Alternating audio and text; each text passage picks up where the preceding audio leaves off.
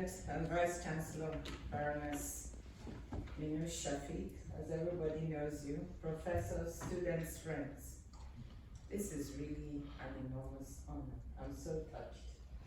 And I want to thank you for a wonderful oration. Although with many Nigerians in the audience, I have to make sure that those who took care of what we call the 419 and other ills are also giving due credit. So I give credit to my presidents and all those who worked to make this happen. Thank you very much.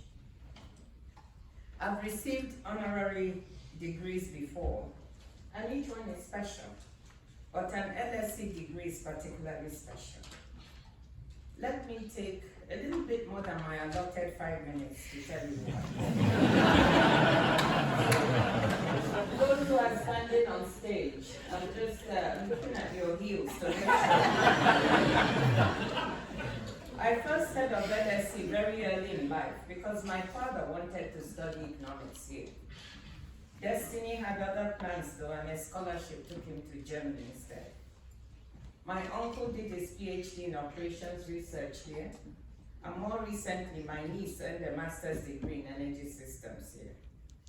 As for me, even though I did not originally set out to become an economist, LSE was part of the conversation when I told my parents I wanted to go abroad to university after secondary school in Nigeria.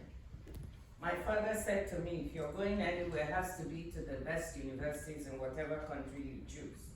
And in the UK, he listed for me for each country he thought I might go to.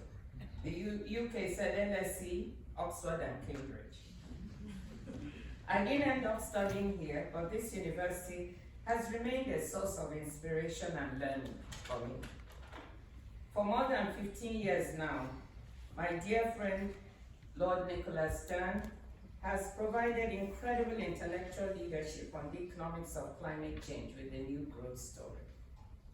The President and Vice Chancellor, you've heard her, another dear friend I've known for 30 years, has given 6 years of stellar leadership and sterling scholarship, exemplified by her recent book. If you haven't read it, please do. What We Owe Each Other on Reinventing the Social Contract. Those of us with an interest in international trade will be familiar with LSE's many contributions. To name just a few, Tony Venables and Stephen Redding were instrumental in pioneering the new economic geography literature, which gave us new tools to understand why the global economy looks the way it does in a world of mobile productive factors as well as changing returns and transportation costs. Silvana Tenrero made a seminal contribution to the estimation of gravity equations, and together with Francesco Caselli, has shed light on the very topical question of how trade relates to income volatility. In addition to their other research, Tom Sampson and Swati Dhingra have been leading voices in the debate over the economic effects of Brexit. And over at the law school, Mona Paulson has done more than anyone to shed light on the history of national security considerations within the multilateral trading system. So we from the WTO feel quite at home here. In addition, LSE is well represented at the WTO, as Minush said. My Chief of Staff, Dr. Bright Okogu, earned his bachelor's and master's degrees here before moving to Oxford for doctoral work in the audience. Our new Chief Economist, just recruited since 1st of January, Ralph Ossa, is a proud LSE alumnus. And I want to tell any aspiring trade economists in this audience that Ralph won the WTO Young Economist Award back in 2009 for research that he did here as part of his PhD. For me personally, LSE is unique in ways that speak to my own professional and life experiences. It is all in the name, the London School of Economics and Political Science. After my formal training in economics at Harvard and MIT, I worked at the World Bank for 25 years. Then in 2003, I found myself thrust into politics when the then reform-minded government of President Obasanjo named me finance minister, the first woman to hold that job in the country's history. I also went on to become Nigeria's longest serving finance minister, a total of 7 years under 2 presidents, and as foreign minister, as Minush said. As a policymaker, delivering results that improve the lives of the people you serve requires an understanding of how politics, policy, and economics interact on the ground. And that is exactly what LSE has worked to do since day one.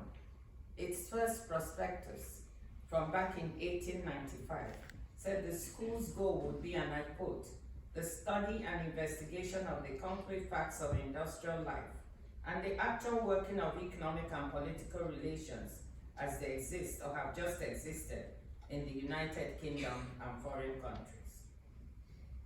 Understanding and navigating the actual workings of financial markets and difficult economic reforms in the context of domestic and international political realities was at the center of my first term as Nigeria's finance minister.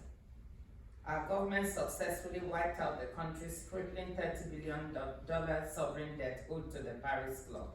We also privatized several loss-making public enterprises and restructured government institutions and liberalized key sectors of the economy like telecoms.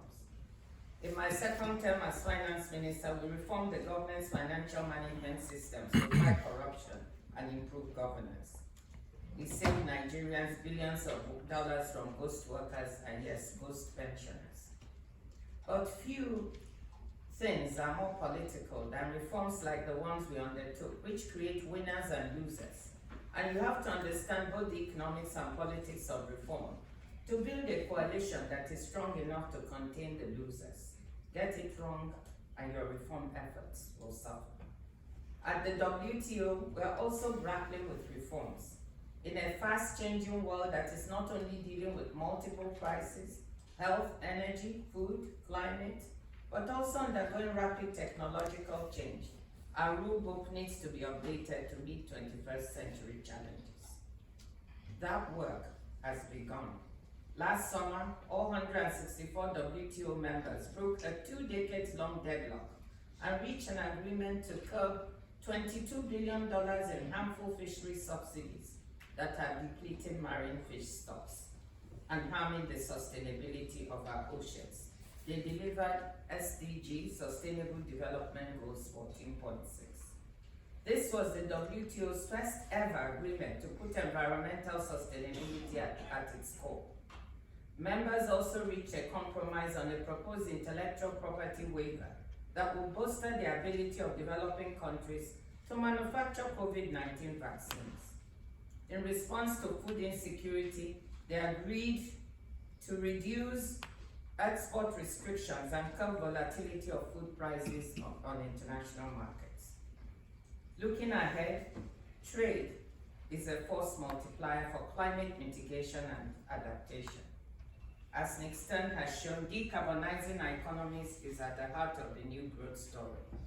But there's much more we can do to use trade to make decarbonization faster and cheaper. We are also seeking to proactively manage the potential trade tensions that may arise as governments step up climate action.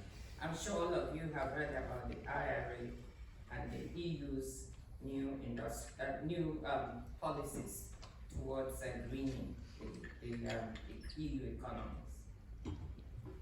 As part of our reforms, we are seeking to show that the multilateral trading system underpinned by the WTO is about people, and that it can deliver results that help solve the difficult problems of high food and energy prices and ill health that people confront every day. After all, the WTO's purpose is spelled out in our founding Marrakesh Agreement. It is to enhance living standards, to help create employment, and support sustainable development. I wanted to spend this time to really spell it out because a lot of young people do not believe in the WTO and feel that it's just another capitalist institution that is doing people wrong. So that's why it took more than my allotted time. To spell it out to you that it's all about people. So I'm coming to the end. Reforming the WTO is also about inclusion. using trade to include those people and geographies left out of the recent wave of globalization. There are many people in this audience who know about inclusion. We have Mo Ibrahim here, who's tried to be inclusive with the governance reforms he's tried to instigate on the continent. Sarah Brown is here, and all her efforts in education to include those who have been left out. So, trade can be a force for inclusion. Many of you have heard of deglobalization. We don't want to hear about that. We want to talk about re-globalization, a reimagined globalization that includes those who have been left out. Poor people in rich countries and poor countries who never benefited. That's the type of globalization that we are promoting. So ladies and gentlemen, dear students, you can see that all my working life has been about public service and reforms. It's also been about managing the tough politics that comes with such reforms. But the opportunity, whether nationally or multilaterally, to design and implement policies that change people's lives is an absolute privilege. It is a privilege that your president, Shafiq, also knows. Finally, Minouche, of course, will soon be leaving one great institution for another. Her absence will, I'm sure, leave a void. But this newly minted honorary alumna of LSE is confident that the institution will continue to be the world's leading source of ideas and research to address real-world problems of economics and politics well into the next century. Once again, thank you very much.